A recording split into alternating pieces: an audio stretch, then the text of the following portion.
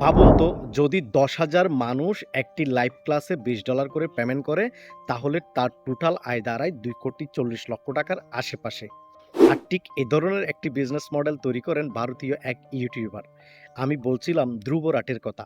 তিনি শুরুর দিকে ট্রাভেল ব্লগ শুরু করেছিলেন। কিন্তু পরে রাজনীতি, সমাজ এবং চলমান ঘটনা নিয়ে গবেষণাভিত্তিক ভিডিও তৈরি করা শুরু করেন। তার সাথে অনেকে একমত হয়েছেন, আবার অনেকে কঠিন সমালোচনাও করেছেন। কিন্তু তিনি থেমে থাকেননি। বরং ধারাবাহিকভাবে একের পর এক এমন কনটেন্ট বানিয়েছে, যা এখন কোটি, কোটি মানুষ তাকে বিশ্বাস করে।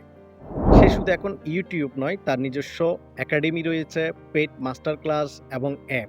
এ ধরনের একাধিক ডিজিটাল আয়ের উৎস। সো সে এখন শুধু একজন ইউটিউবার নন, সে তার নিজের পার্সোনাল ব্র্যান্ডিংকে একটা টোটাল এডুকেশনাল বিজনেসে রূপ দিয়েছেন। এখান থেকে বেসিক্যালি আমরা যেটা শিক্ষা নিতে পারি সেটা হচ্ছে, আপনি যদি সত্যিকার অর্থে মানুষের জন্য মূল্য তৈরি করতে পারেন, তাহলে সেই বিশ্বাসটাই একসময় সবচেয়ে বড় ব্যবসায় পরিণত হতে পারে।